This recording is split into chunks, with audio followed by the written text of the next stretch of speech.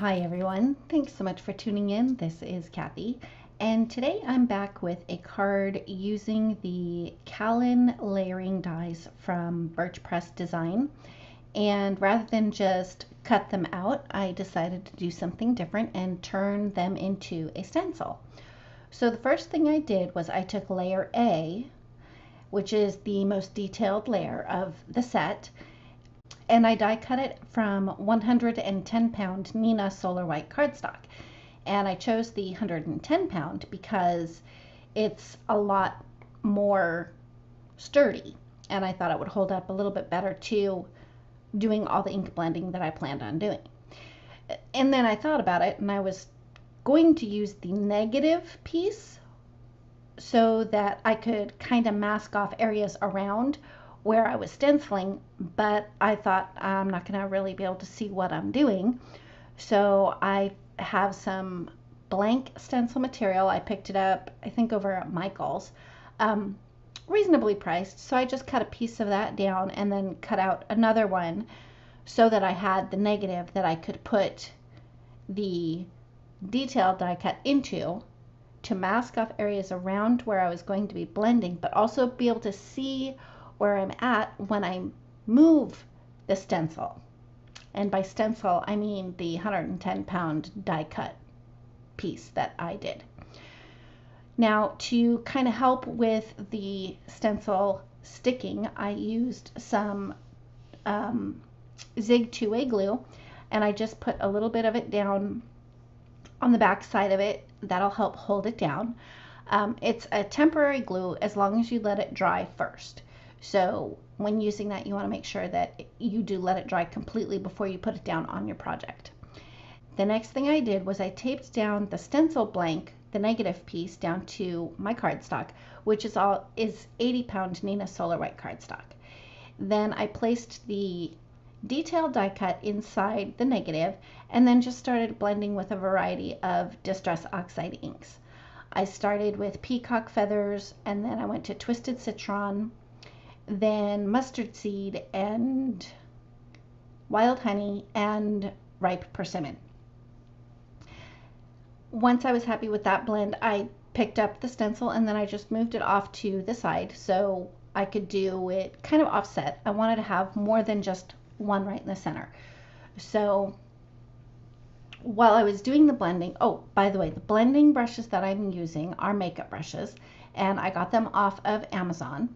And so far I've been really happy with them. I only bought the 3 set because, I had this whole storage thing where was I going to keep 10. I never thought that I would use the smallest brush in the set, but it turned out to be quite helpful with this particular project. Now, after I had stenciled the largest die cut, I still had some white space and I wanted to fill that in. So I die cut another piece, but this time for the smaller piece, I used layer B as in boy, because it's a little bit more bold. It's not as detailed. So I wanted to fill in that area quite well with quite a bit of ink. I did the same thing. I just kind of taped it down with painter's tape. I think there I used a piece of scratch paper just to kind of mask off the white to make sure that I didn't get ink on the outside. And I used peacock feathers and twisted citron. Once I was done with all of the stenciling, I moved on and I used a stamp set also from Birch Press Design, and I stamped the word sending A onto a piece of black cardstock and heat embossed it with white embossing powder. And I have a hello die from Birch Press Design as well, and I had cut that out of white cardstock. And I also ran through the sentiment strip through my die cut machine using the banner die from the Blueprints 27, which of all the blueprints out there, this one is the one that I reach for the most. And the reason being is the sentiment strips are pretty long, so I can always cut them down to the size that I want. So back to the hello die. With the hello die, I really thought I was going to end up doing it in white cardstock, but when I was kind of playing with the placement, I decided that black cardstock would definitely stand out more, especially because I stamped the first part of the sentiment onto black cardstock. But I kept the negative because that negative really made it so much easier to stack those dies. And I did cut hello 3 times out of black cardstock. Then I took my stenciled piece and I adhered that to a piece of black cardstock that was just slightly larger, just so I could have a real thin black border around it, and adhered that to the front of a top folding A2 size note card. And while I was doing the smaller stencil, I got some ink on the outside of my little area there, and I had like this green smudge. So the hello die actually worked perfectly to cover up that little error.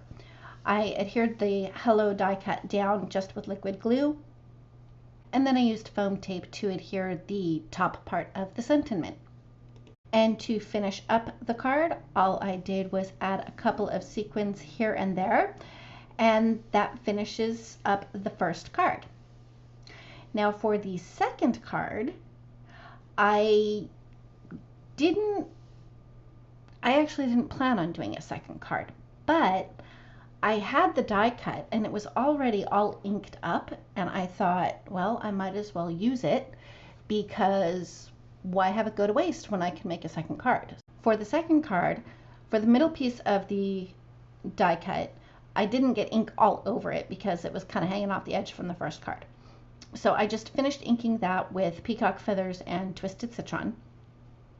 And then for the second card, I really did want to do the layering of all 3 dies. The nice thing about these dies is that they're all sized exactly the same, so they line up really, really easily. So for the layer A, that was the die cut that I used to do the stenciling, so it was already inked up. For layer B, I just used kind of a light yellow cardstock and ran that through my die cut machine, which, by the way, I use a Gemini Junior die cut machine, and it cuts these detailed dies very, very nicely. Finally, for the third layer of the die, I used a darker yellow cardstock. Now, when I went to go put the center of the mandala together, I realized that my ink blended piece was from layer B, not layer A. So, but I wanted to have the same dimension. So I cut another layer B from orange cardstock, or a yellow cardstock. And then I cut it again from a lighter yellow cardstock, because I had forgotten that the one that I used to stencil was already layer B and I needed layer A. Anyway, here I'm figuring that out and I'm thinking, well, what did I do there? So what I end up doing, so that I have the same dimension and I still have 3 layers, I just used layer C for the centerpiece. Layer B is the inked piece, and then I cut layer A out again, and I just used white cardstock for that. And then I wanted to brighten it up, so I used squeezed lemonade oxide ink and just blended ink all over the front of that, or the top of that, really quickly.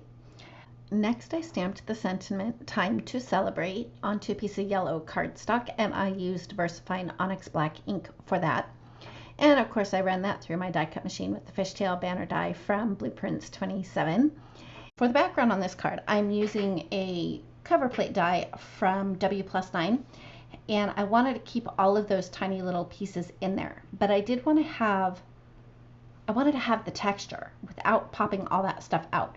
So I very carefully, after I ran it through my die cut machine, I very carefully removed it from the plates and very carefully took off the die itself.